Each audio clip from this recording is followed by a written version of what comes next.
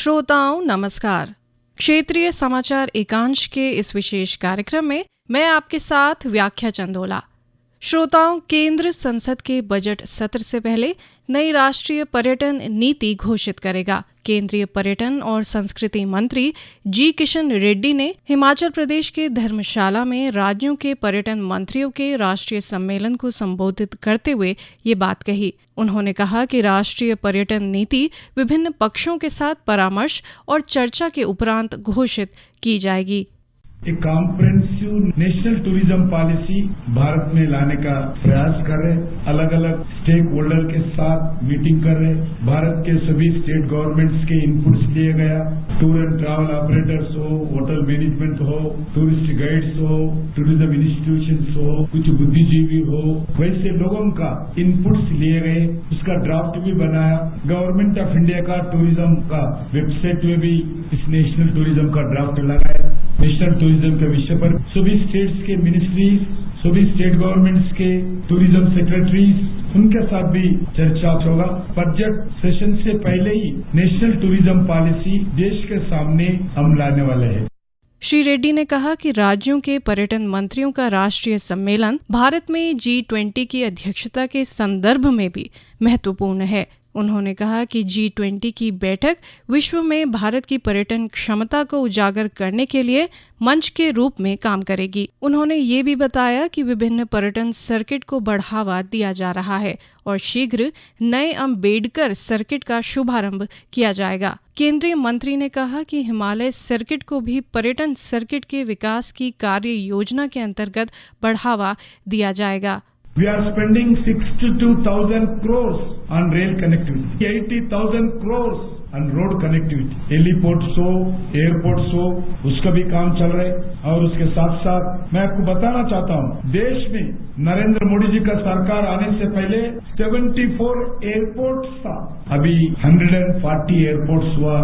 2025 तक हमारा टारगेट है 220 एयरपोर्ट्स का। श्री रेड्डी ने कहा कि प्रधानमंत्री नरेंद्र मोदी का लक्ष्य पर्यटन को बढ़ावा देने में भारतवंशियों और अनिवासी भारतीयों को शामिल करना है। श्री मोदी ने प्रत्येक भारतवंशी से कहा था कि वे कम से कम 5 विदेशी नागरिकों को भारत यात्रा के लिए प्रेरित करें।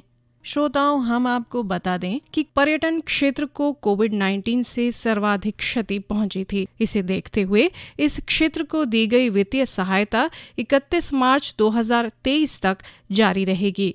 राज्य पर्यटन मंत्रियों का 3 दिन का राष्ट्रीय सम्मेलन 18 सितंबर को हिमाचल प्रदेश के धर्मशाला में शुरू हुआ। राष्ट्रीय सम्मेलन का लक्ष्य उत्कृष्ट पद्धतियों, सफल परियोजनाओं और पर्यटन के अवसरों के बारे में विचार विमर्श के लिए एक मंच भी उपलब्ध कराना है। नेशनल टूरिज्म पॉलिसी के तहत eco tourism, home stay, wildlife, wellness, ayurveda व मेडिकल वैल्यू टूरिज्म आदि को बढ़ावा दिया जाएगा। इन सर्किट में Ramayana circuit, Ambedkar circuit, Buddha circuit, Himalaya circuit समेत कई सर्किट शामिल होंगे। श्री रेड्डी ने कहा कि पर्यटन को बढ़ावा देने के लिए ये कदम काफी कारगर होगा। उन्होंने कहा कि इससे देश में घरेलू पर्यटन को बढ़ावा मिलेगा। श्रोताओं, वहीं IIT रुड़की में विश्व में मौसम में हो रहे बदलाव तथा क्लाइमेट चेंज को लेकर अंतर्राष्ट्रीय स्तर का एक सेमिनार कल से आयोजित किया जा रहा है।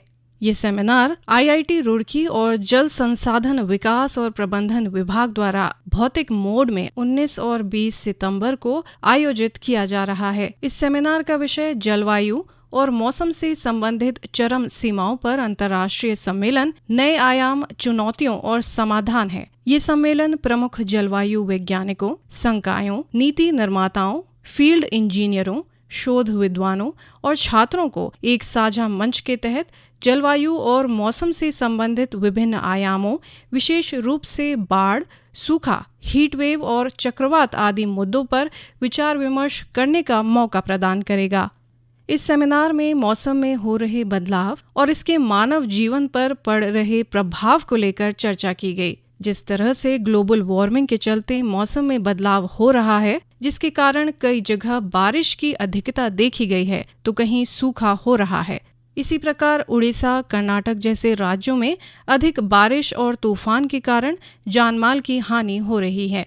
वहीं उत्तर भारत में कहीं बाढ़ तो कहीं सूखे की स्थिति देखी गई है। वैज्ञानिकों का मानना है कि हमें सटीक भविष्यवाणी के लिए आधुनिकतम उपकरणों से लैस होना पड़ेगा। वहीं ऐसा इंफ्रास्ट्रक्चर डेवलप करना पड़ेगा जिससे कम से कम नुकसान हो और जनहानि को रोका जा सके। सम्मेलन के दौरान प्रोफेसर अजीत चतुर्वेदी ने चरम मौसम और जलवायु घटनाओं के प्रभाव के बारे में जानकारी दी।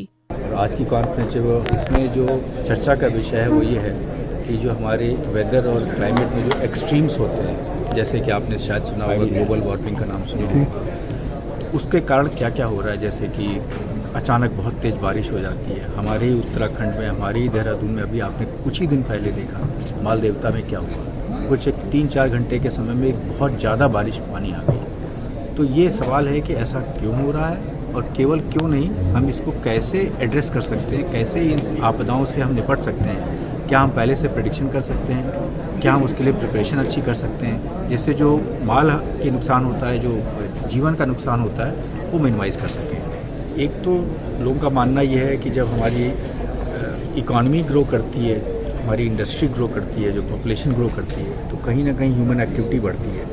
ह्यूमन एक्टिविटी बढ़ती है तो कार्बन डाइऑक्साइड का जो एमिशन है बढ़ता है। और वही वो बोला भी जो Indian institute of remote sensing के डायरेक्टर ने, कि अब हम मेजर कर रहे हैं कि हर साल कार्बन डाइऑक्साइड जो पार्ट्स पर मिलियन है वो बढ़ रहा है रीजन्स में।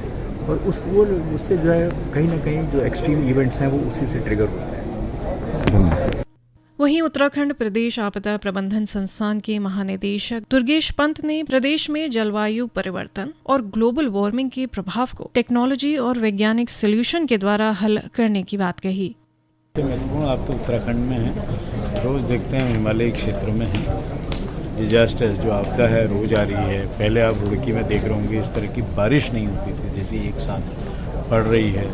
इसी तरह से जो गर्मी का आलम है जिस तरह से हम देख रहे हैं वो ऐसा नहीं होता था। जो पैटर्न है वो लगातार बदल रहे हैं।